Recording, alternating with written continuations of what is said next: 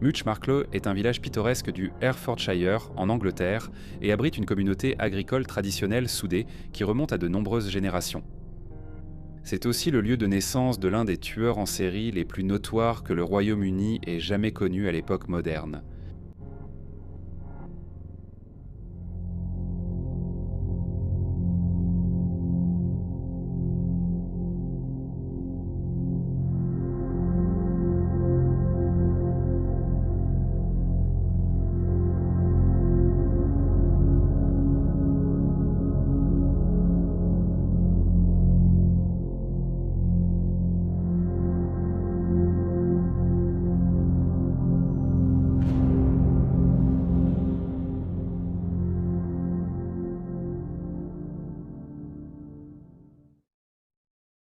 À 8h30 du matin, le 29 septembre 1941, dans une pièce sombre à l'étage d'un cottage du village, un garçon est né. Ses parents fiers, Daisy et Walter, l'ont appelé Frederick Walter Stephen West. Il était leur premier enfant survivant, et avec ses boucles blondes et ses yeux bleus éclatants, il laissa les habitants du village stupéfaits par la beauté de ce bébé. Au cours des 10 années suivantes, Daisy donna naissance à 6 autres enfants, bien que malheureusement, son troisième fils David soit décédé un mois après sa naissance. À mesure que la famille s'agrandissait, les West déménagèrent 2 fois, pour finalement s'installer à Moor Court Cottage, la maison où Fred West passerait le reste de son enfance. La famille vivait dans une grande pauvreté, survivant grâce à la terre, 8 personnes partageant un cottage de 3 chambres sans eau courante ni électricité. Les toilettes consistaient en un seau qu'il fallait vider chaque jour dans une fosse d'aisance infestée de rats. Mais la maison, bien qu'isolée, offrait une vue panoramique époustouflante sur la campagne. Parmi les 6 enfants survivants de Daisy, Fred était de loin son préféré et était décrit par ses frères et sœurs comme le chouchou de maman aux yeux bleus. Fred, en retour, adorait sa mère et tous deux partageaient un lien spécial, frôlant l'insanité. Fred ne s'entendait jamais avec son père, plus proche de ses autres fils. Fred fut le premier à fréquenter l'école locale, mais il avait des difficultés scolaires et des ennuis dus à sa négligence. Il était aussi constamment raillé par ses camarades. Fred avait très peu d'amis et comptait sur ses frères et sœurs pour avoir de la compagnie. Il était particulièrement proche de son jeune frère John, même si ce dernier le maltraitait parfois.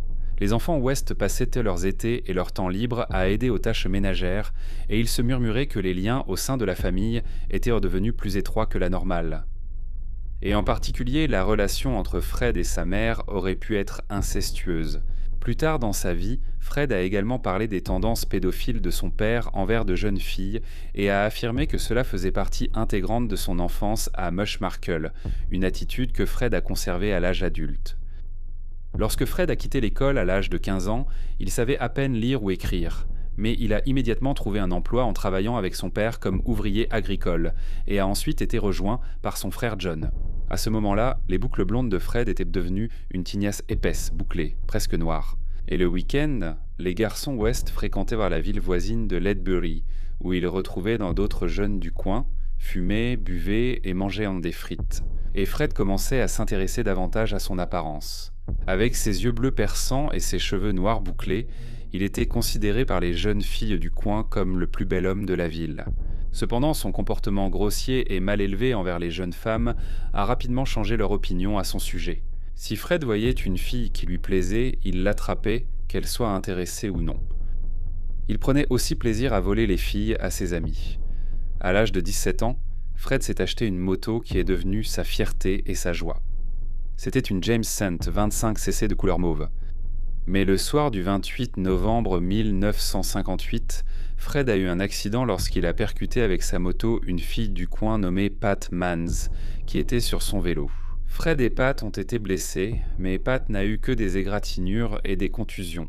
Alors que Fred a subi une grave blessure à la tête et plusieurs fractures, il est resté inconscient à l'hôpital de Hereford pendant 7 jours. Il a également eu une plaque en acier posée pour réparer son crâne fracturé. On pense que l'accident a eu un effet profond sur sa vie et ses capacités mentales, et il en a gardé des séquelles à vie.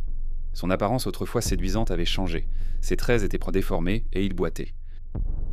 Après sa convalescence, il a essayé de reprendre sa vie sociale d'avant à Ledbury, mais il est vite devenu la risée de tous lorsque ses blessures l'ont empêché de danser, comme il le faisait auparavant. Et pour la première fois, Fred a commencé à montrer des signes d'agressivité. Il avait aussi du mal à vivre chez lui, et les tensions avec son père étaient insupportables. À cette période, il a rencontré Catherine Bernadette Costello, 16 ans, surnommée Rena ou Rini, lors d'un bal au Memorial Hall de Muchmarcle. Rena venait de descendre de son Écosse natale pour vivre chez des parents dans le village. Elle venait d'une ville industrielle pauvre près de Glasgow et avait été élevée par son père après que sa mère soit partie. Dès son plus jeune âge, elle avait eu des démêlés avec la police et était considérée comme une délinquante, probablement à cause de son passé difficile. Elle était l'une des rares filles que Fred avait connues à ignorer son manque de respect envers les femmes et ses exigences sexuelles. Au contraire, elle lui était reconnaissante pour son affection perverse. Cependant, leur relation intense et la jalousie de Fred ont mené à de violentes disputes, et elle est finalement retournée en Écosse. Fred s'est alors intéressé à une fille locale de 13 ans et l'a secrètement rencontrée pour des relations sexuelles durant 6 mois. Il continuait aussi à passer ses week-ends à Ledbury et, à une occasion, il a attrapé une fille et, lorsqu'elle a repoussé ses avances et l'a frappée, il a perdu l'équilibre et est tombé dans un escalier, se cognant la tête contre le sol en béton en bas.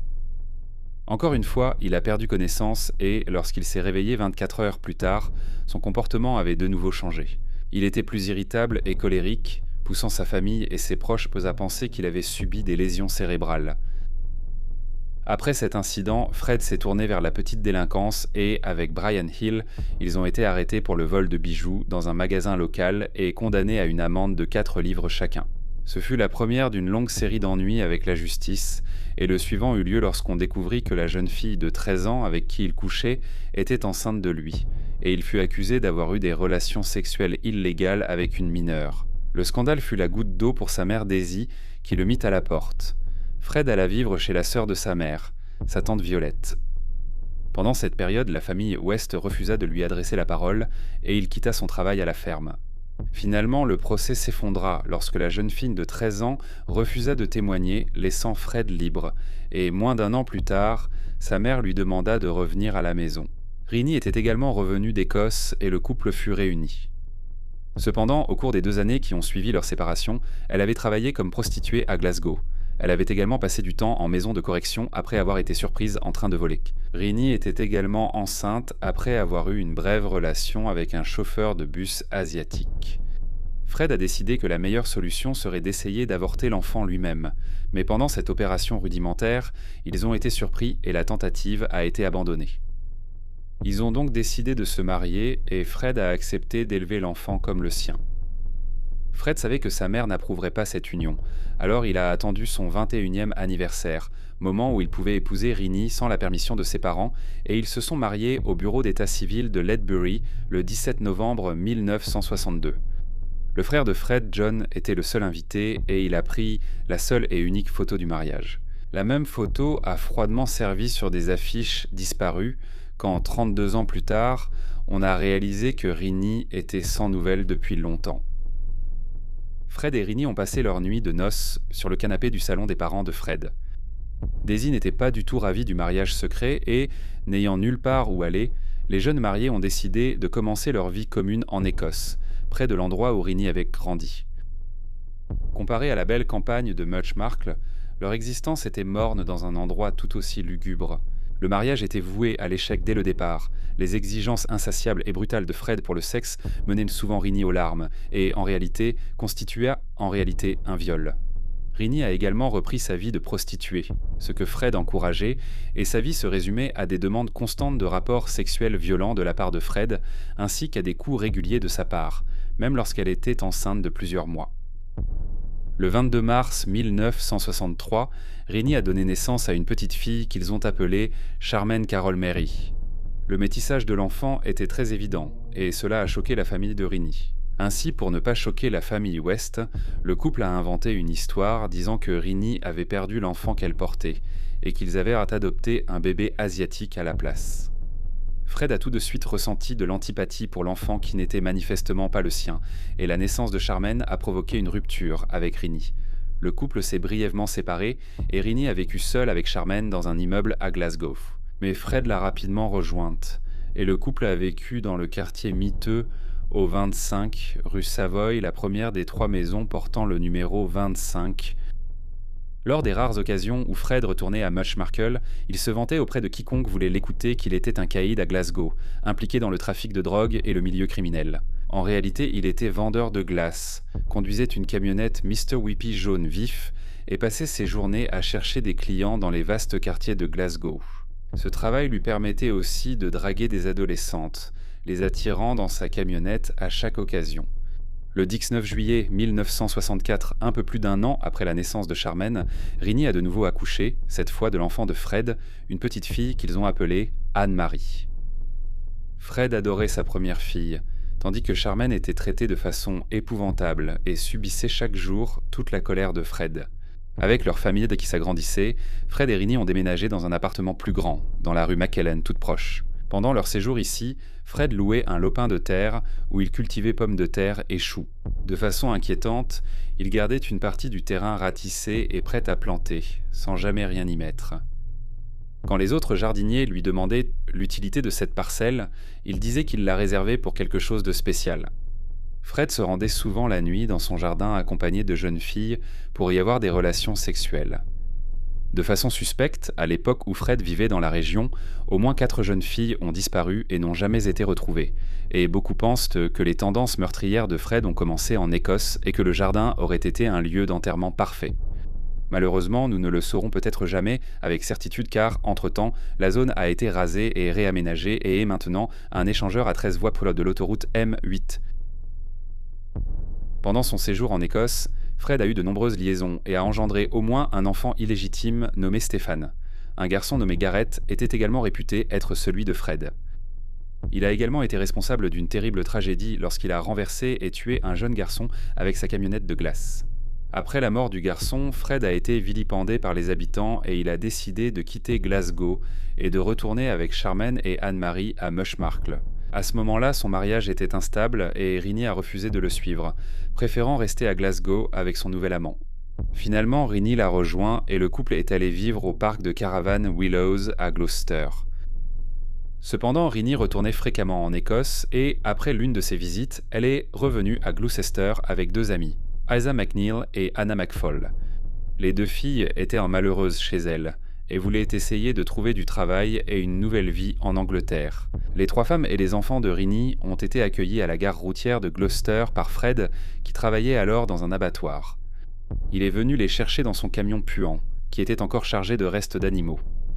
Les 4 adultes et 2 enfants vivaient dans leur petite caravane, mais après quelques semaines enfermés et sans travail, les femmes ont rapidement regretté de ne pas être restées en Écosse. Ils devaient aussi vivre avec le grossier et imprévisible Fred, dont la relation orageuse avec Rini se terminait souvent par de la violence. Isa et Rini ont secrètement comploté pour partir et ont contacté l'ancien amant de Rini en Écosse en s'arrangeant pour qu'il vienne d'Écosse les chercher.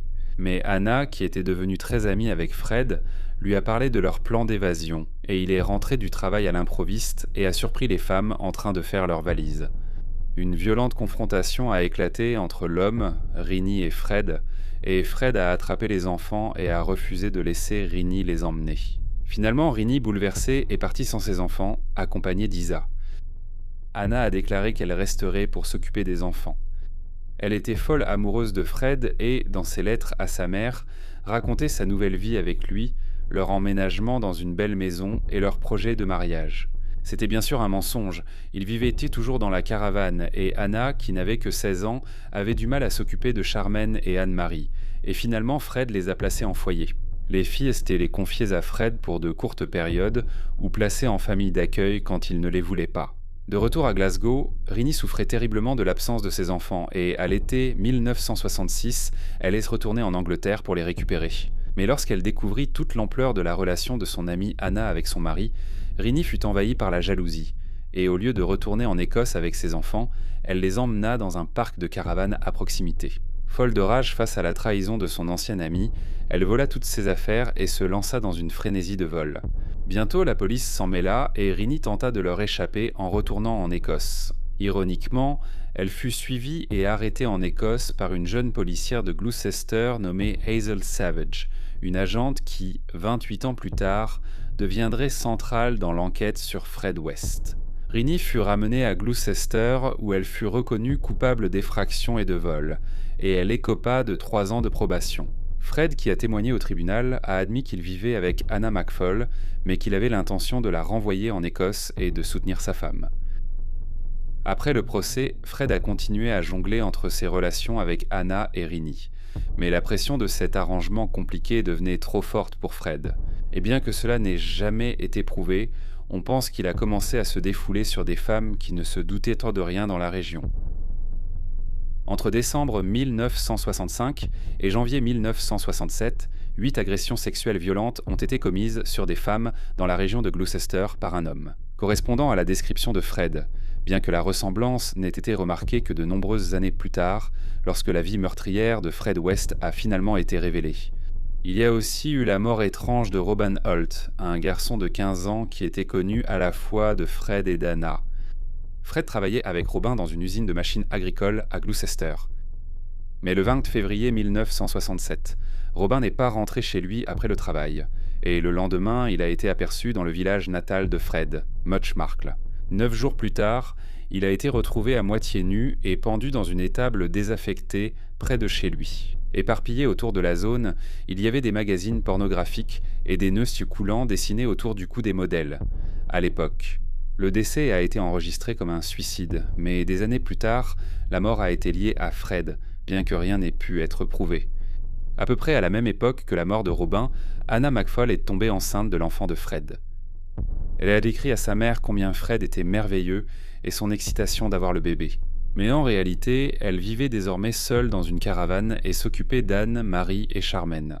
Quand Rinnie était en Écosse, Fred était désespéré à l'idée que sa femme, Rinnie, découvre la grossesse d'Anna. Et pour s'en assurer, il devait l'éliminer. Anna a été vue pour la dernière fois en juillet 1967 près du terrain de caravane où elle vivait à Gloucester. Elle était enceinte de plusieurs mois au moment où les lettres d'Anna à sa mère et à ses amis à Glasgow ont cessé. Ils ont pensé qu'elle s'était fait une nouvelle vie en Angleterre, laissant derrière elle son passé. Et bien qu'ils aient trouvé étrange qu'elle n'ait pas assisté aux funérailles de sa mère, qui est morte de faim.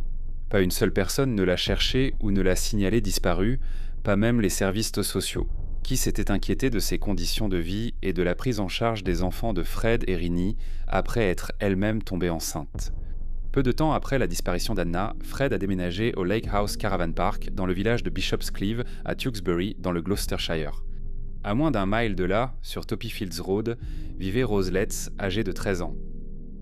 Rose est née le 29 novembre 1953, à Northam, dans le Devon.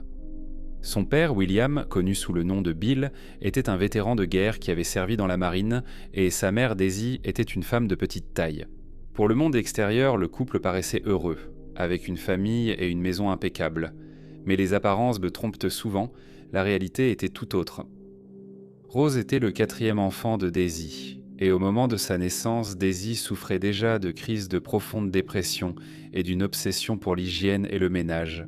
Ce qui est significatif, c'est que lorsque Daisy est tombée enceinte de Rose, elle recevait un traitement par électrochoc après avoir subi un effondrement nerveux complet. Et malgré sa grossesse, le psychiatre a poursuivi son traitement, qui provoque des crises convulsives induites par l'électricité chez les patients, censées soulager les troubles mentaux. Le dernier de ces traitements a été administré quelques jours seulement avant la naissance de Rose. Lorsque Rose est née, tout comme Fred, tout le monde a fait remarquer à quel point c'était un beau bébé.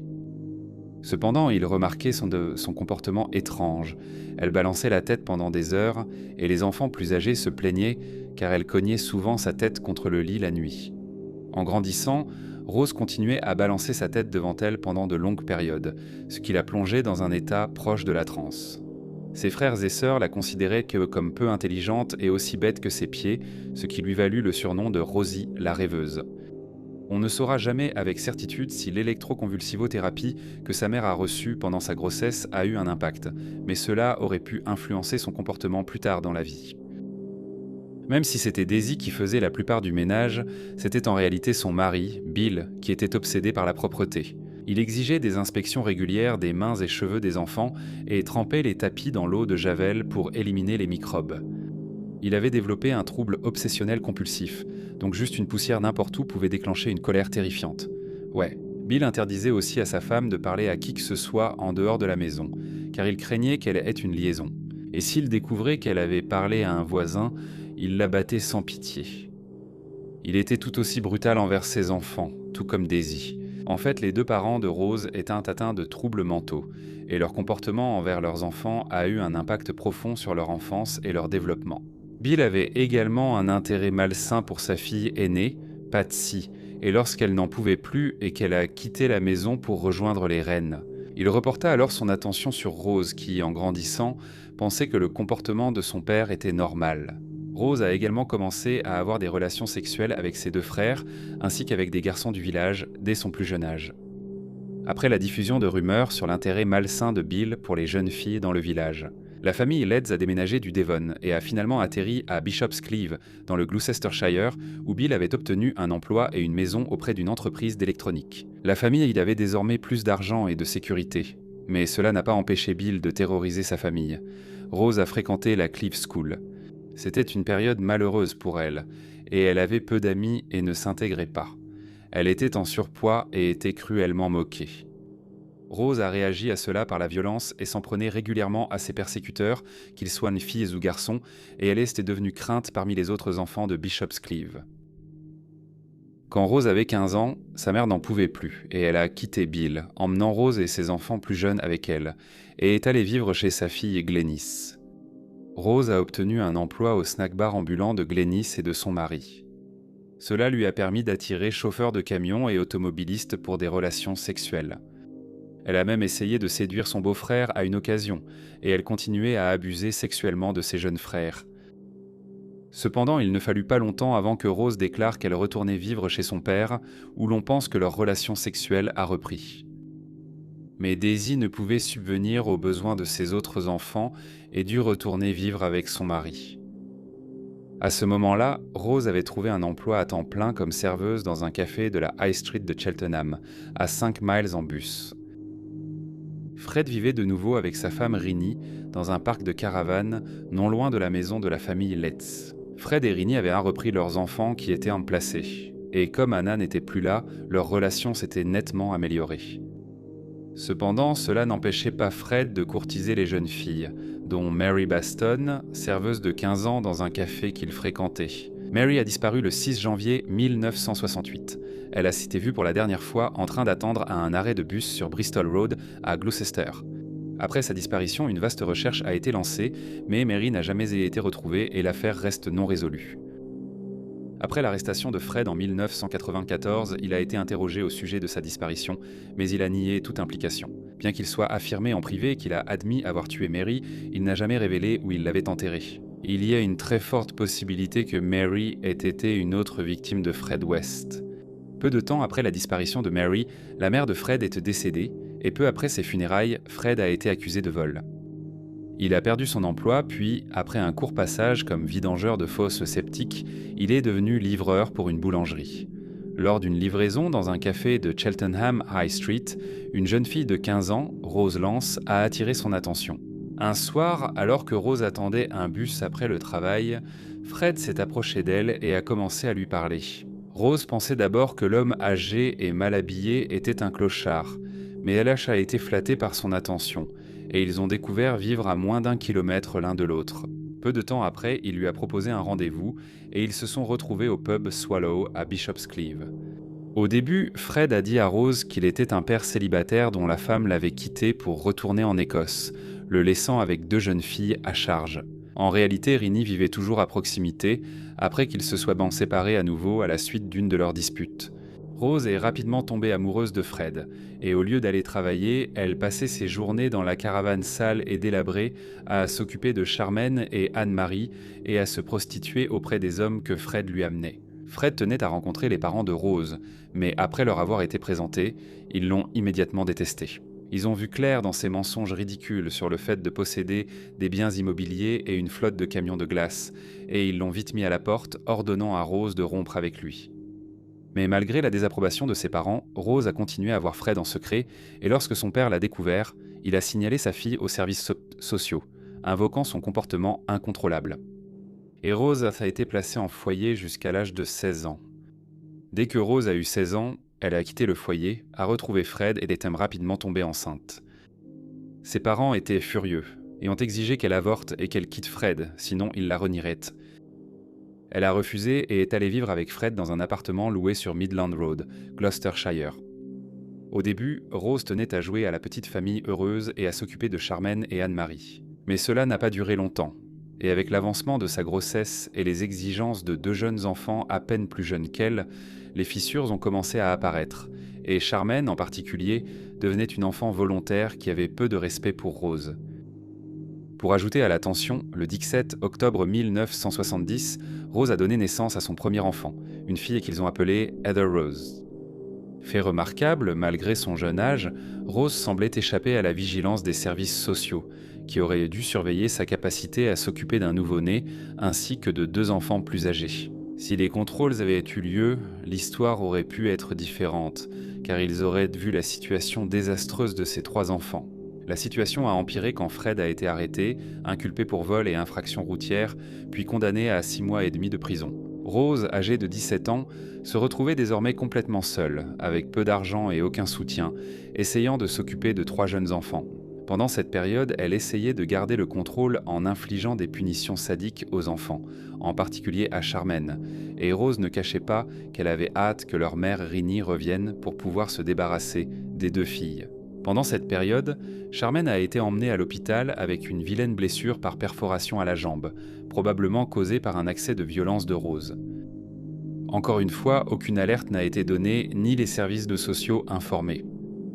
Cependant, malgré ces difficultés, Rose trouvait beaucoup de temps pour écrire des lettres passionnées à Fred en prison, et il est intéressant de noter que Rose signait ces lettres de « ta femme qui t'adore toujours », même si Fred était encore marié à Rinny à l'époque. Rose rendait également de fréquentes visites à Fred en prison et emmenait souvent les enfants avec elle, et c'est peu de temps après l'une de ces visites, vers le 15 juin 1971, que Charmaine a disparu.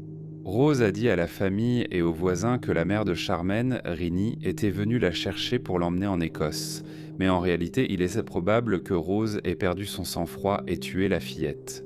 De façon inquiétante, l'explication de la disparition de Charmaine a été acceptée par son école, qui n'a jamais demandé pourquoi son dossier n'avait pas été réclamé par sa nouvelle école, et l'a simplement détruit après 3 ans. On pense que lorsque Fred a été libéré de prison le 24 juin 1971, l'une des premières choses que Rose lui a dites était qu'elle avait tué Charmaine et qu'il devait se débarrasser du corps. Cela aurait été un tournant dans la relation du couple. Et il est probable que Fred ait avoué le meurtre d'Anna MacPhail et possiblement celui de Mary Bartholomew. Et ces terribles secrets les ont rapprochés comme couple meurtrier, partageant la compréhension de ce que signifie ôter la vie à autrui. Rose a jeté le corps de la fillette dans la cave à charbon sous la maison, puis Fred a enterré les restes dans un trou creusé derrière la porte de leur appartement. Cependant, dans les mois qui ont suivi, la pression des secrets partagés du couple a dû devenir trop lourde pour l'adolescente Rose, et elle a décidé de quitter Fred et est partie avec Heather pour retourner chez ses parents à Bishopscliff. Mais lorsqu'elle est arrivée, son père l'a renvoyée, lui disant qu'elle avait fait son lit et qu'elle devait maintenant s'y coucher. Plus tard dans la journée, Fred est arrivé et a attiré Rose pour qu'elle revienne, la menaçant que si elle ne revenait pas, sa place dans son lit serait bientôt occupée par une autre femme. Fred avait un autre problème à gérer, sa femme Rinny. Elle gardait contact pour avoir des nouvelles de ses filles et, lors d'une visite, a constaté l'absence de son aînée. Elle s'est même rendue chez les proches de Fred à Mushmarcle pour demander où elle était. À peu près à la même époque que cette visite, on pense que Fred a proposé à Rinny de l'emmener voir Charmaine, mais d'abord il l'a emmenée au pub et l'a rendue complètement ivre. Il l'a ensuite étranglée dans sa voiture et a ramené son cadavre au 25 Midland Road, où il l'a découpé et a mis les morceaux dans des sacs. Il a ensuite conduit sa voiture jusqu'à un champ à Campbell près de Mushmarcle, où il a enterré les restes dans le même champ qu'Anna MacPhail, et comme pour elle, personne n'a remarqué l'absence de Rinny, et elle n'a jamais été signalée disparue. Sa disparition n'a fait l'objet d'aucune enquête avant de nombreuses années. Après le meurtre de Rinny, les West ont repris leur vie sordide dans l'appartement. Rose travaillait comme prostituée à leur domicile, ce que Fred encourageait et il observait fréquemment sa femme avec ses clients à travers un judas dans le mur de la chambre. Leurs enfants étaient souvent témoins d'activités sexuelles, mais Fred et Rose semblaient indifférents à cette exposition, et cela devint une habitude pour les deux jeunes filles. Avec Rinnie et Charmaine écartées, Fred et Rose se sont mariés le 29 janvier 1972. Lors de la cérémonie, Fred a omis de mentionner son premier mariage, se présentant comme célibataire alors qu'il avait épousé Rinnie dans le même bureau d'état civil. Les West sont partis en lune de miel dans le Devon, près du lieu de naissance de Rose, et des témoins ayant connu Rose ont ensuite affirmé que le couple était accompagné d'une jeune fille blonde bisexuelle. Son identité et l'endroit où elle se trouve restent inconnus à ce jour. Lorsqu'ils sont revenus à Gloucester, ils ont décidé de déménager. Midland Road était trop étroit pour la famille grandissante et l'activité de Rose comme prostituée. Alors leur propriétaire, Frank Zigerman, leur a proposé une grande maison jumelée sur Cromwell Street, située à seulement quelques centaines de mètres. Cette adresse autrefois prisée était tombée en ruine, et la plupart des grandes maisons avaient été transformées en chambres meublées et en appartements souvent fréquentés par des étudiants. Mais le numéro 25 n'avait pas été transformé et était tout spacieux, avec un garage et une cave. C'était l'endroit parfait pour Fred et Rose pour continuer leur vie sordide et développer l'activité de Rose comme prostituée. En particulier, Fred prévoyait de transformer la cave en chambre de torture pour ses clients. Après l'installation des West, ils ont pris des locataires pour payer les factures. Rose avait régulièrement des relations sexuelles avec la plupart d'eux. L'un de ses locataires a commencé à amener sa petite amie. Elle s'appelait Linda Goof. Les West sont rapidement devenus amis avec elle et lui ont proposé un petit boulot comme nourrice, car Rose était de nouveau enceinte et avait besoin d'aide à la maison et avec les enfants. Peu de temps après, en juin 1972, Rose a donné naissance à une autre fille qu'ils ont appelée May.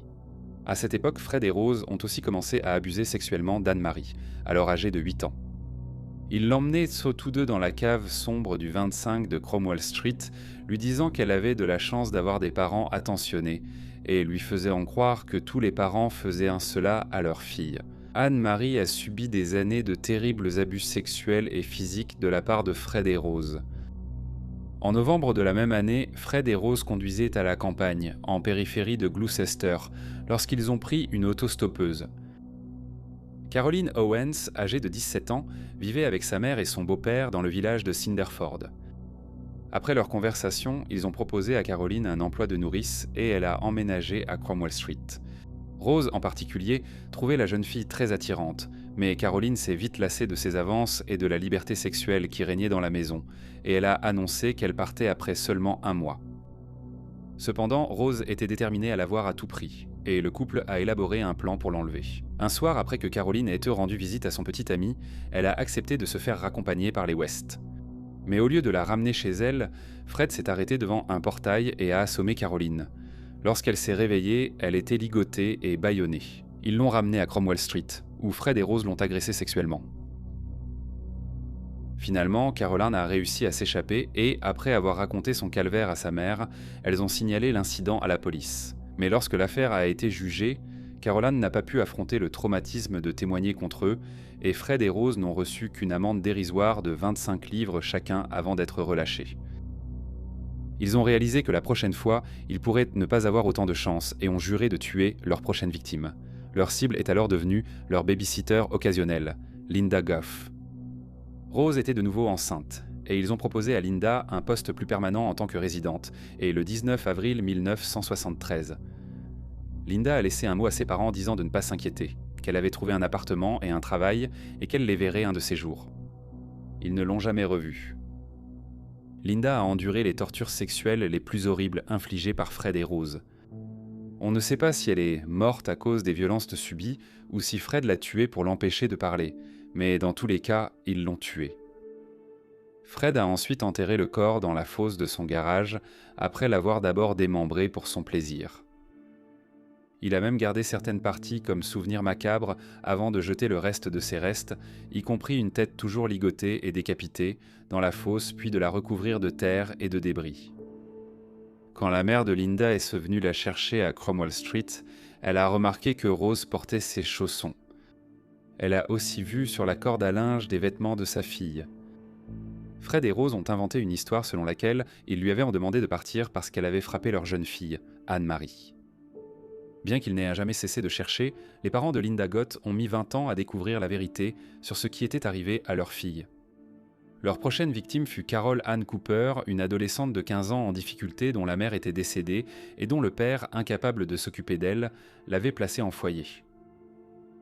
Carol vivait au foyer pour enfants, les Pins à Worcester, et le soir du samedi 10 novembre 1973, elle se tenait à l'arrêt de bus après avoir passé la soirée avec son petit ami.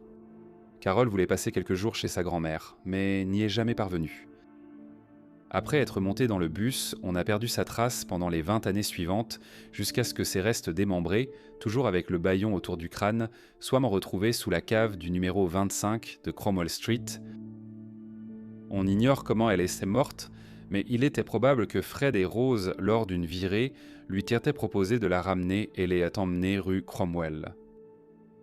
Contrairement à la vie de Carol, la prochaine victime de Fred et Rose, Lucy Parrington, une étudiante de 21 ans à l'université d'Exeter, était complètement différente. Elle venait d'une famille de la haute bourgeoisie, ses parents étaient très instruits, et bien qu'ils soient avant séparés, Lucy entretenait de bonnes relations avec eux deux, et était très attachée à la foi catholique romaine. En décembre 1973, Lucy était rentrée de l'université pour passer Noël chez sa mère, dans le pittoresque village de Greatham près de Cheltenham. Le soir du 27 décembre, Lucy rendit visite à son amie Hélène, qui habitait à proximité, et vers 22h15, Lucy est partie prendre le bus pour rentrer chez sa mère. L'arrêt était à moins de 3 minutes de chez Hélène. On pense que Lucy a raté le bus et que Fred et Rose, peut-être accompagnés de leurs enfants, lui ont proposé une voiture, donnant à Lucy un faux sentiment de sécurité. Comme pour Carol, on ne sait pas exactement comment elle est morte, mais on pense qu'avant d'être assassinée, elle a été attachée à la cave de la rue Cromwell et agressée sexuellement. Après l'assassinat, Fred a découpé le corps grossièrement mais efficacement avec un petit couteau de cuisine bon marché. On pense qu'il s'est blessé à ce moment-là. Les dossiers indiquent qu'il est allé aux urgences en même temps avec une profonde coupure à la main. Contrairement aux victimes précédentes de l'Ouest, la famille de Lucy a rapidement signalé sa disparition et une vaste enquête policière a suivi.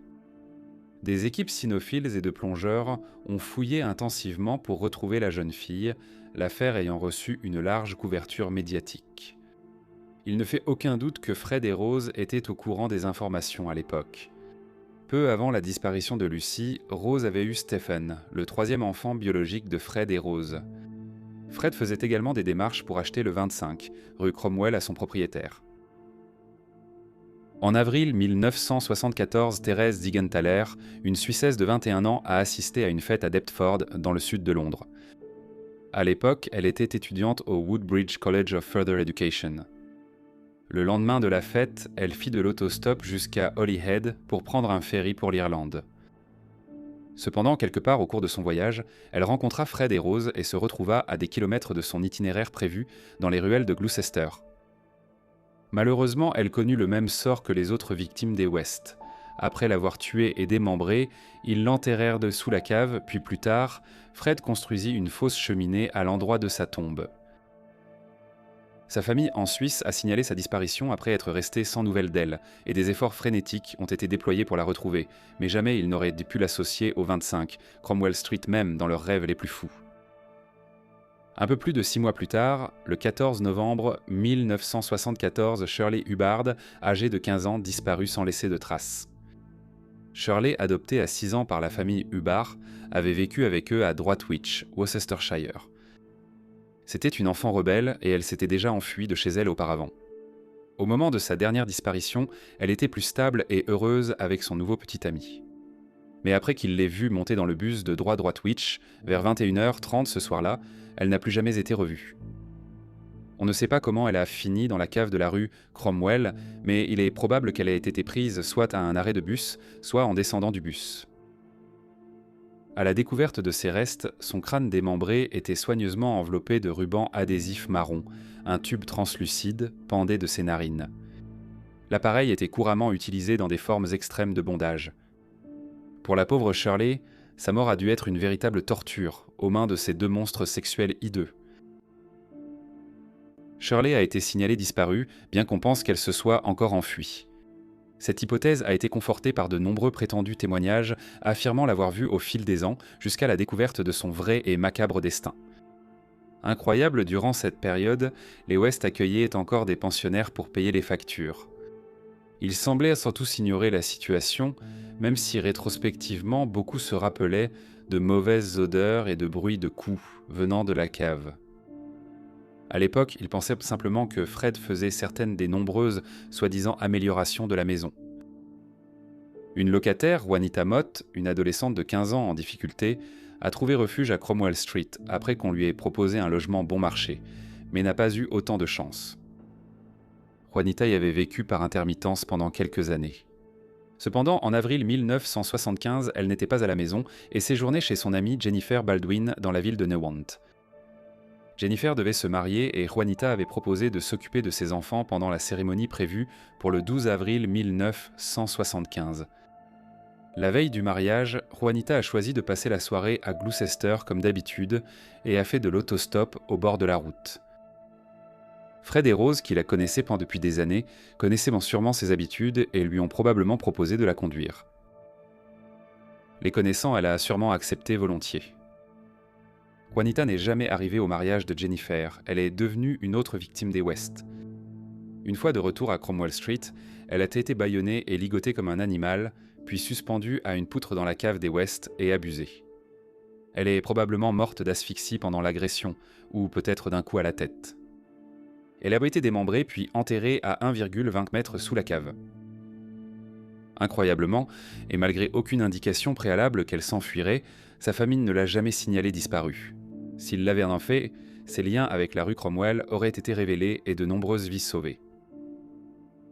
Il est important de souligner que pendant toute la période où les West tuaient ces femmes, le 25 rue Cromwell était connu de la police, et ils visitaient parfois la propriété pour des vols mineurs et l'usage de cannabis. Mais lors de ces visites, le comportement de Fred et Rose ne laissait rien paraître de ce qui se passait réellement dans la maison, et personne ne soupçonnait que les travaux constants d'agrandissement de Fred et autres modifications de la propriété servaient à dissimuler ces terribles secrets. En plus de toutes les jeunes filles que les West ont tuées, il y avait également plusieurs autres victimes de leurs abus qui ont survécu, mais qui hésitaient à en parler par honte et par peur. Et probablement la personne qui a subi le plus de sévices était la fille de Fred, Anne-Marie, qui pendant la majeure partie de son enfance a été violée, torturée et abusée physiquement et sexuellement par Fred et Rose. Rose était cruelle envers l'enfant, jalouse qu'elle soit la fille de Fred avec une autre femme. Mais malgré cela, Anne-Marie idolâtrait son père, et a plus tard admis qu'elle aurait fait n'importe quoi pour son père et pour Rose, et il semble qu'ils aient exploité cette dévotion de la manière la plus vile. Fred a commencé à violer Anne-Marie à l'âge de 8 ans et l'a forcée à se prostituer à l'âge de 12 ans. À 15 ans, elle a été tombée enceinte de Fred, mais il s'agissait d'une grossesse extra-utérine avortée. La souffrance insupportable endurée par Anne-Marie aux mains de son père et de sa belle-mère est difficile à supporter. C'est pourquoi nous n'entrerons pas dans les détails de ces sévices. Il est également important de se rappeler que Fred et Rose ont assassiné la mère d'Anne-Marie ainsi que ses deux demi-sœurs, et que les conséquences de leurs actes ont eu un effet catastrophique sur sa vie et sa santé mentale. Il est difficile d'imaginer comment, au quotidien, elle a pu faire face à ce qui lui est arrivé. En 1977, le numéro 25 de Cromwell Street appartenait désormais à Fred et avait été entièrement transformé en deux parties distinctes. Le rez-de-chaussée accueillait la famille, l'étage était réservé aux locataires, dans des studios entièrement équipés, pouvant accueillir jusqu'à 7 locataires à la fois, majoritairement des femmes. Fred avait aussi aménagé la cave en chambre pour les enfants, ce qui lui servait de prétexte pour cacher les 5 corps enterrés là. Les chambres des enfants étaient ainsi totalement séparées de celles des adultes, permettant à Fred et Rose de s'adonner à leur torture sexuelle sans être dérangés. Rose pouvait recevoir ses clients dans un espace spécialement aménagé, équipé d'un bar, d'une télévision et d'un judas permettant à Fred d'observer. Ils avaient aussi une grande collection de vidéos pornographiques maison avec Fred, Rose, ses clients et peut-être certaines victimes. En plus de cela, ils avaient des vidéos illégales de pornographie extrême, mettant en scène des enfants et des animaux. Rose faisait également la publicité de ses services dans des magazines de rencontres sexuelles, et Fred comme Rose étaient en contact avec des couples partageant les mêmes intérêts sexuels. L'une de ses locataires était une femme bisexuelle nommée Shirley Robinson, qui travaillait comme prostituée à Gloucester lorsqu'elle est devenue amie avec Rose et est venue vivre dans l'un des studios. Shirley n'avait que 18 ans à l'époque, et elle s'est rapidement engagée dans une relation sexuelle avec Fred et Rose. Rose était de nouveau enceinte, mais pas de Fred, d'un de ses clients antillais. Peu après l'annonce de Rose, Shirley a aussi appris qu'elle attendait un enfant de Fred.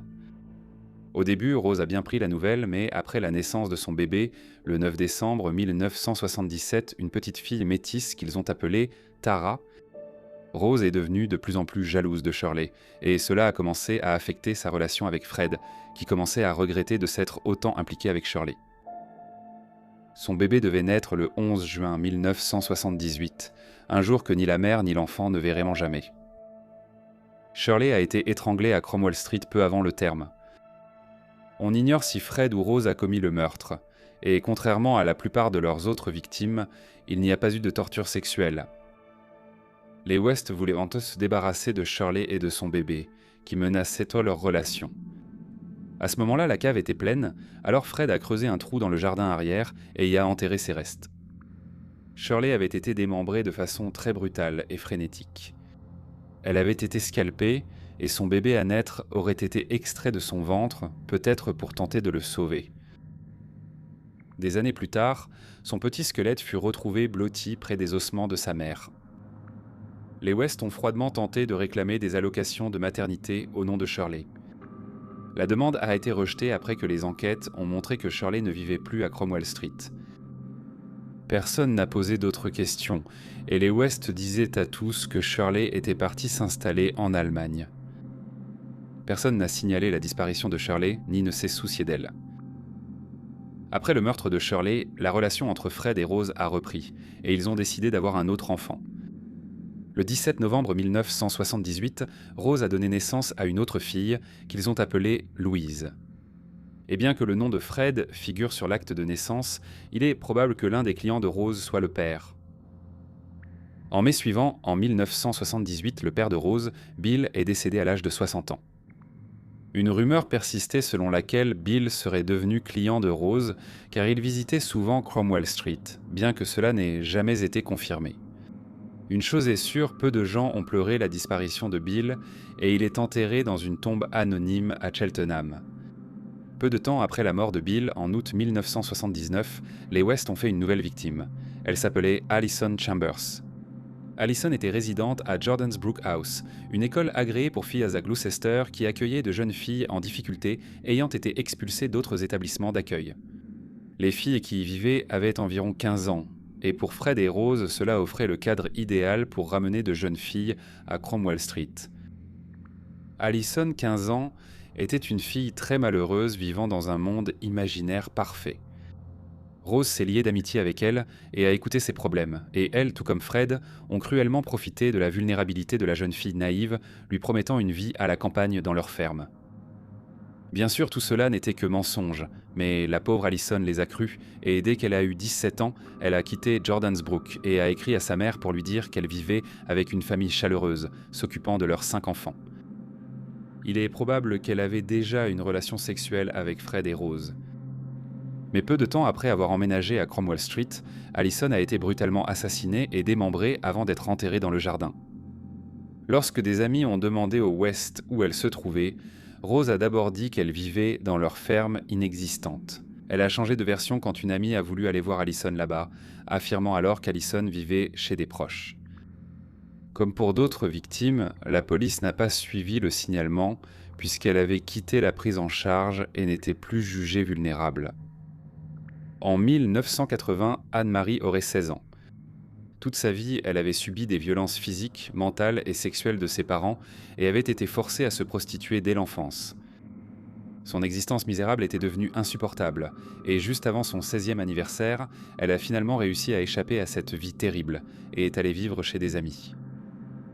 Rose avait eu un autre fils, Barry, donc après le départ d'Anne-Marie, 5 enfants West vivaient toujours à Cromwell Street. L'aîné d'entre eux était Heather, âgée de 10 ans, et maintenant que sa sœur aînée était partie, Fred a reporté son attention sur elle. Comme à Anne-Marie, il a dit à Heather que son père avait le droit d'avoir des rapports sexuels avec elle. Elle était également régulièrement battue par Fred et Rose. Au cours des 2 années suivantes, Rose a donné naissance à 2 autres enfants, Rosemary Jr. en 1982 et Luciana en 1983. Aucun de ces enfants n'a été conçu par Fred, et on pense qu'ils avaient aidé le même père antillais que Tara. Avec l'agrandissement de la famille, de plus en plus de tâches étaient imposées aux enfants plus âgés, et Heather, May et Tara cuisinaient, nettoyaient et cousaient sans régulièrement. Heather, en particulier, ressentait la pression des corvées qu'on lui imposait, ainsi que les abus qu'elle subissait, et elle devenait de plus en plus renfermée. L'élève autrefois studieuse avait maintenant des problèmes à l'école. Elle a aussi commencé à boire et à fumer, et à l'âge de 12 ans, elle s'est fait prendre en train de voler à l'étalage. Elle était également très méfiante envers les hommes, ou l'attention masculine. Fred et Rose, cruels comme à leur habitude, se moquaient de leur fille en l'accusant d'être lesbienne. Heather fut la première des enfants West à fuguer, mais revint vite subir une correction. Stephen fut le suivant à fuguer, mais contrairement à des parents normaux, les West n'ont même pas tenté de le chercher ni de le signaler disparu. Ils l'ont laissé dormir dehors 3 semaines avant qu'il ne revienne et ne reçoive, comme Heather, une raclée. Cependant, malgré les mauvais traitements épouvantables à la maison, Heather était intelligente et, à l'été 1986, elle devait passer ses 8 examens CSE. Heather était déterminée à réussir ses examens afin de pouvoir trouver un emploi à 16 ans et quitter la maison. À ce moment-là, ses parents faisaient déjà parler d'eux à l'école, et Rose était l'objet de commérages car certains de ses enfants n'étaient manifestement pas ceux de Fred. Cependant, les enfants West avaient été conditionnés à ne rien dire sur le climat sadique qui régnait chez eux, mais malheureusement, Heather a laissé échapper quelques détails, et ses parents étaient un an furieux. Cette indiscrétion a peut-être scellé son destin. Heather, de plus en plus désespérée de partir, a demandé à sa sœur Anne-Marie, désormais mariée, si elle pouvait vivre chez elle. Elle a confié à une amie ce qui se passait chez elle. L'amie l'a dit à ses parents, amis de Fred, qui ont rejeté ses accusations. Heather a quitté l'école après ses examens et cherchait désespérément un travail pour partir. Il est probable que si elle avait pu en trouver un, elle serait peut-être encore en vie aujourd'hui. C'était la fin des années 80 et les emplois étaient rares. Et pendant que Heather traînait dans la maison, il est probable que cela agaçait tellement Fred et Rose qu'un jour, une dispute a éclaté et Heather est devenue une autre victime du couple maléfique. On sait que Heather a été étranglée. Elle était aussi nue et attachée quand ses restes ont été retrouvés, mais aucun bâillon n'a été trouvé. On ne sait pas qui l'a tuée, et bien que Fred ait avoué, il est largement admis que c'est Rose qui a assassiné son premier enfant. Après sa mort, Fred a frénétiquement découpé le corps de sa fille, lui enlevant la tête et les membres et lui arrachant les ongles. Il a alors mis les restes dans un sac noir. Quand les autres enfants sont rentrés de l'école et ont demandé où était leur sœur, Fred et Rose ont répondu que Heather avait trouvé un travail dans un centre de vacances dans le Devon et était parti ce jour-là. Fred a demandé à son fils Stephen de l'aider à creuser un trou dans le jardin pour installer un bassin à poissons. Stephen ne se doutait pas qu'il creusait la tombe de sa sœur. Après que Stephen ait remarqué que le trou qu'il avait creusé avait été rebouché, Fred lui a calmement dit qu'il avait changé d'avis au sujet du bassin et qu'il avait finalement installé une terrasse à cet endroit. Heather n'étant plus là, Fred a reporté son attention sur May, mais elle a rejeté furieusement ses avances sexuelles et ses attouchements constants sous les yeux de Rose sont devenus une blague entre elles. Tout comme il l'avait fait avec Heather, Fred a accusé May d'être lesbienne et les tensions entre eux étaient donc très fortes. Mais May s'était trouvé un petit ami, et 4 mois après leur rencontre, il avait emménagé à Cromwell Street. May a révélé plus tard que cela l'avait protégé d'être violée par son père, même si finalement Fred et Rose ont demandé au couple de partir, et ils ont réussi à s'acheter une nouvelle maison loin de Cromwell Street. Bien que May n'ait jamais été abusée sexuellement par Fred, il s'est avéré plus tard qu'à l'âge de 5 ans, elle avait été violée par le frère de Fred, John. May a écrit un livre sur la façon dont elle a survécu à son enfance avec Fred et Rose. Après le meurtre de Heather, Fred et Rose semblaient s'être quelque peu adoucis. Rose ne travaillait plus comme prostituée et n'accueillait plus de pensionnaires, et le couple, qui avait reçu quelques visites des services sociaux, tenait à présenter au monde extérieur la façade d'une vie respectable. Cependant, il y avait des tensions dans le mariage des West, et à un moment donné, Rose a quitté la maison brièvement et a loué un studio près de l'école de ses enfants, plus jeunes. Fatiguée des exigences sexuelles constantes de Fred, Rose avait aussi commencé à voir un autre homme sans que Fred le sache. Mais tout cela devint insignifiant lorsque, en août 1992, la police fit une descente au 25 Cromwell Street et arrêta Fred soupçonné d'avoir violé et abusé sexuellement de sa fille de 13 ans, Louise. L'arrestation entraîna aussi le placement des autres enfants des West en foyer. Rose fut également arrêtée, mais relâchée par la suite, bien que tous deux aient été inculpés. Fred pour viol et sodomie, et Rose pour incitation à des rapports sexuels illégaux et cruauté envers un enfant. Il s'est avéré plus tard que Fred et Rose avaient retiré Louise de l'école, et l'établissement a cru Rose lorsqu'elle leur a dit que Louise était partie vivre chez un parent. En réalité, Louise était maltraitée par ses parents, et ils craignaient donc qu'elle ne révèle la vérité à ses camarades d'école. Bien que Fred et Rose aient menacé leur fille en lui disant que la famille serait séparée si elle parlait à quelqu'un, Louise a fini par se confier à une amie, qui en a parlé à sa mère, laquelle a ensuite alerté la police. Pendant la détention provisoire de Fred, Rose a tenté sans succès de se suicider. Cependant, étrangement, Rose avait également changé d'attitude envers Fred. Elle lui rendait visite régulièrement à son foyer de mise en liberté, sous caution à Birmingham, et ceux qui les voyaient ensemble disaient qu'ils ressemblaient à un couple d'adolescents amoureux. C'était comme si les accusations, au lieu de tuer le mariage des West, lui avaient redonné vie. Beaucoup y ont vu une manœuvre de Rose pour empêcher Fred d'évoquer son rôle dans les abus sur leur fille. Au tribunal, le couple a nié les accusations alors qu'ils étaient ensemble dans le box des accusés. Le juge a indiqué que les 3 plus jeunes enfants des West, dont Louise, ont refusé de témoigner contre leurs parents, entraînant l'effondrement de l'affaire et des verdicts de non-culpabilité.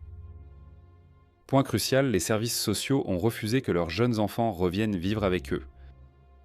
Au lieu de se battre pour récupérer leurs 4 plus jeunes enfants, ils les ont laissés tomber et ont vidé leur chambre de vêtements et de jouets qu'ils ont jetés.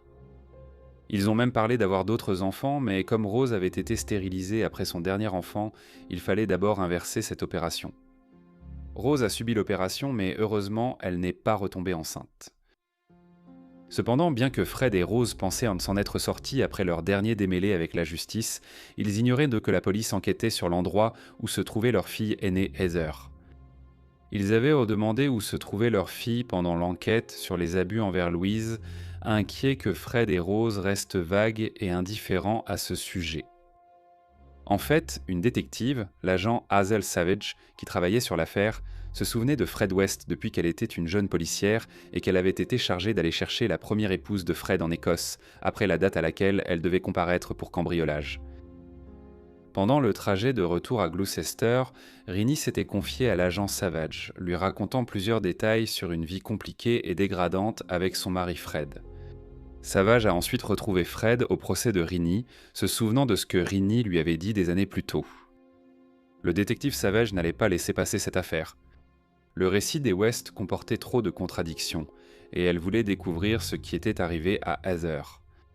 Elle ignorait les horreurs qu'elle découvrirait ensuite. Mais une chose est sûre, sans sa détermination à découvrir la vérité, il est probable que les West auraient échappé à la justice pour leurs crimes. Et il semble que, pendant la période de 6 ans entre Heather et leur arrestation en 1992, ils n'ont tué personne d'autre et étaient complètement hors du radar de la police.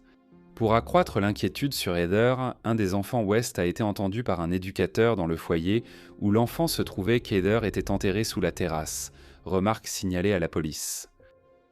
Le 24 février 1994, la police a sonné à la porte au 25 de Cromwell Street, munie d'un mandat de perquisition leur donnant la permission de fouiller le jardin dans le cadre de leur enquête sur la disparition de Heather West. Fred et Rose ont été emmenés pour interrogatoire. Peu après, Fred a avoué avoir tué sa fille Heather et l'avoir enterrée dans le jardin de Cromwell Street. Il les a même raccompagnés chez eux pour leur montrer où creuser. Après ses aveux, Rose a été autorisée à rentrer chez elle.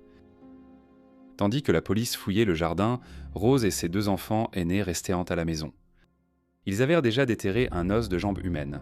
Ensuite, 2 autres os de jambes ont été découverts, et l'ampleur de ce qui s'était passé à Cromwell Street commençait à se révéler.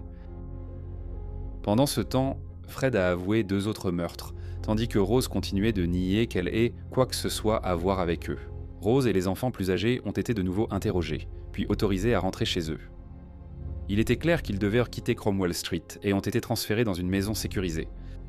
Rose accusait sans cesse Fred et même ses enfants la croyaient. À ce moment-là, l'histoire avait fait la une des journaux et les journalistes ainsi que les caméras de télévision affluent à Cromwell Street. Tout le jardin et la cave étaient désormais fouillés par la police, et il a été révélé qu'il recherchait au moins 9 autres victimes. Fred continuait d'assumer l'entière responsabilité des crimes, mais à l'insu de Rose et de ses enfants aînés dans la maison sécurisée, l'endroit avait été mis sur écoute. Les journaux affichaient désormais des titres comme « Maison de l'horreur ».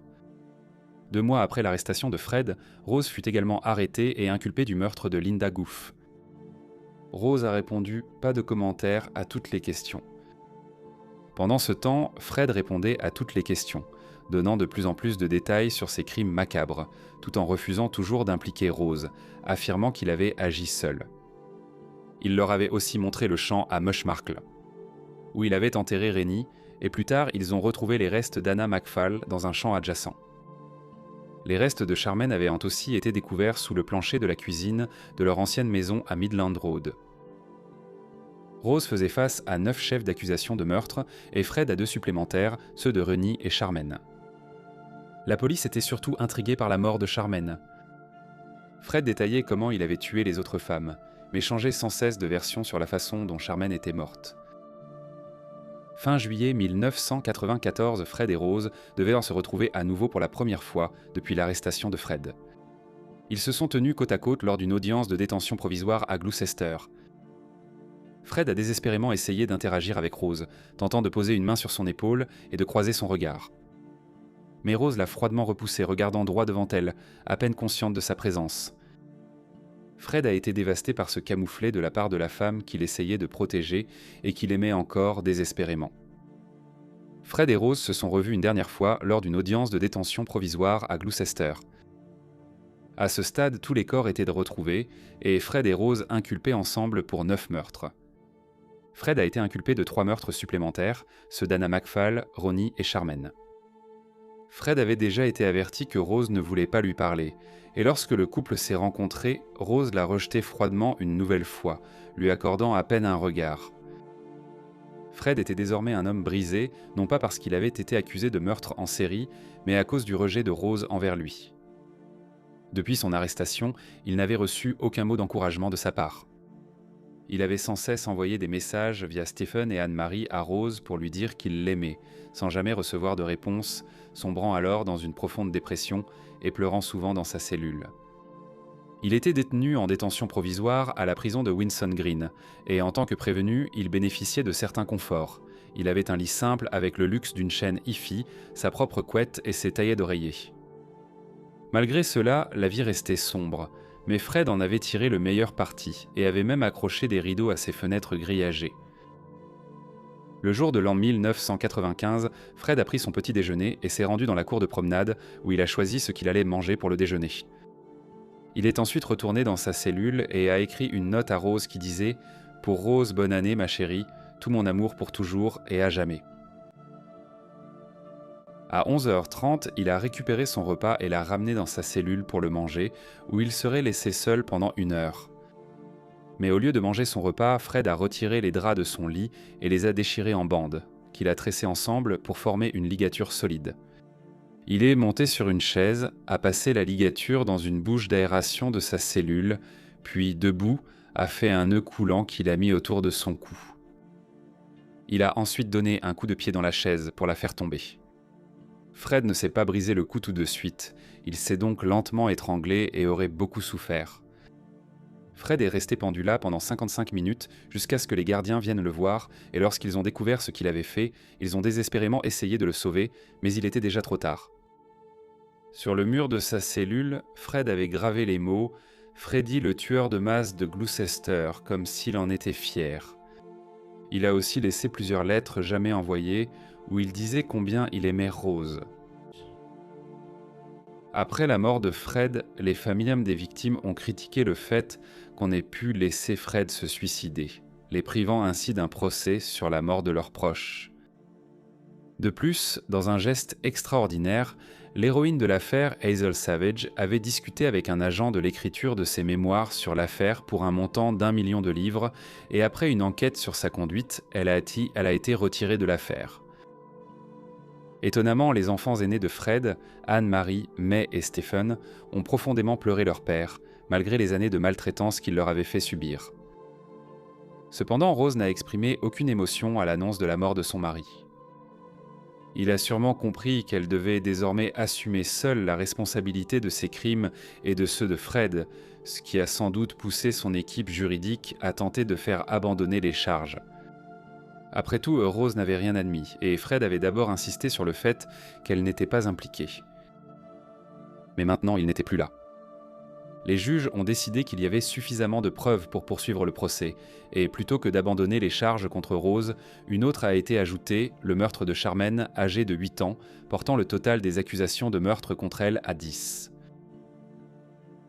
Après la mort de Fred, il y avait peu de sympathie pour lui, même si tous les détails des crimes n'avaient pas été rendus publics.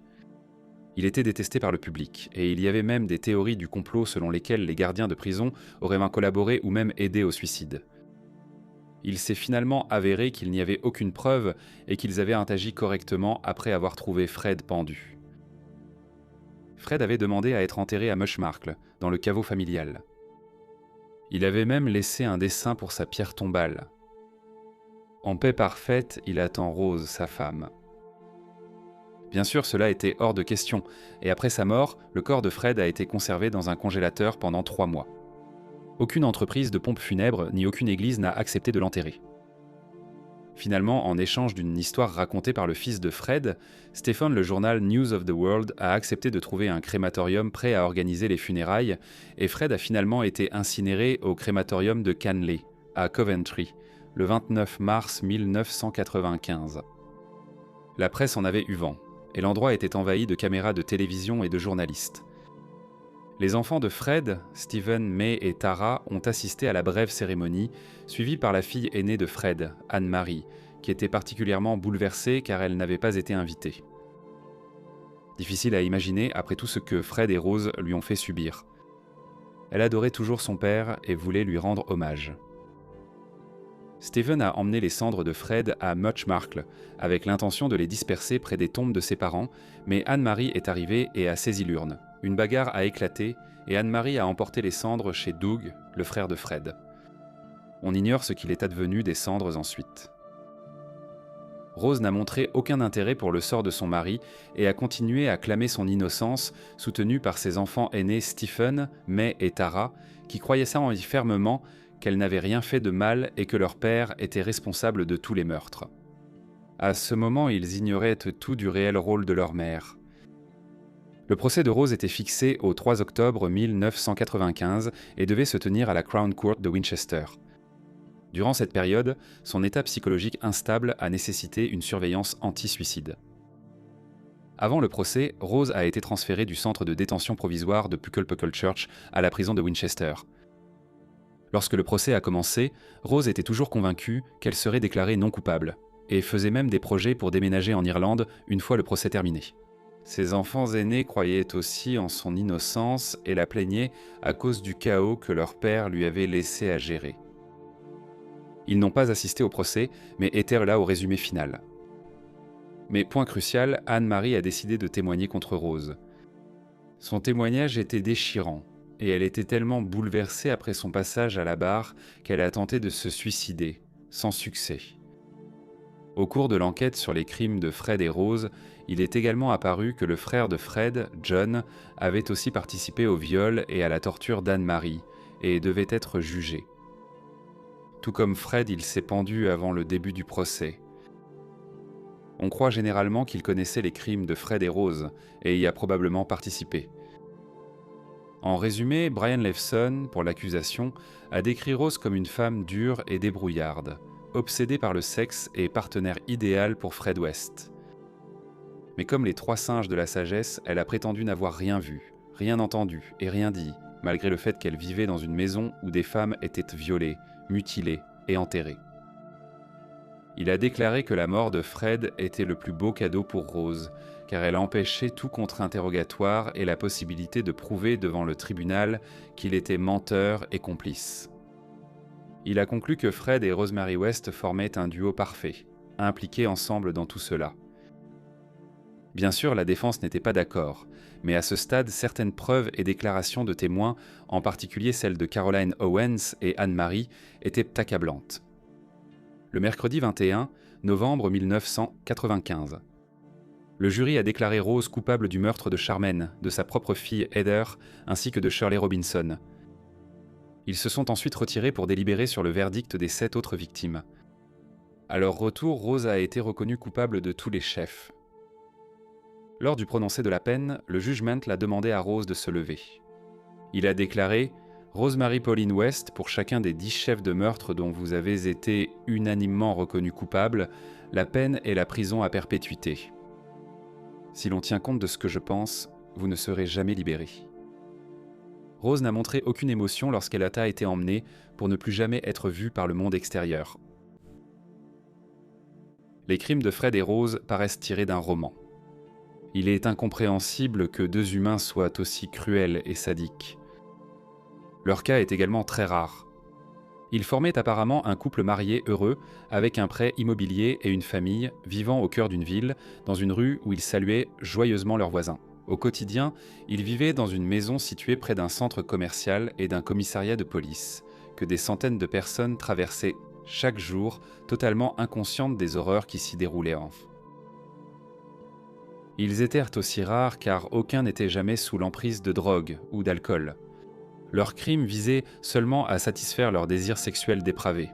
Bien qu'ils aient une intelligence inférieure à la moyenne, ils n'étaient pas mentalement déficients. Une chose qu'ils avaient en commun était leur enfance marquée par la maltraitance et les tendances pédophiles de leur père, et dans le cas de Fred, possiblement aussi de sa mère. Aucun d'eux n'avait de limite morale, surtout envers leurs enfants. Beaucoup ont suggéré que l'accident de Fred à l'adolescence avait pu changer sa personnalité, mais Rose n'avait aucune excuse de ce genre.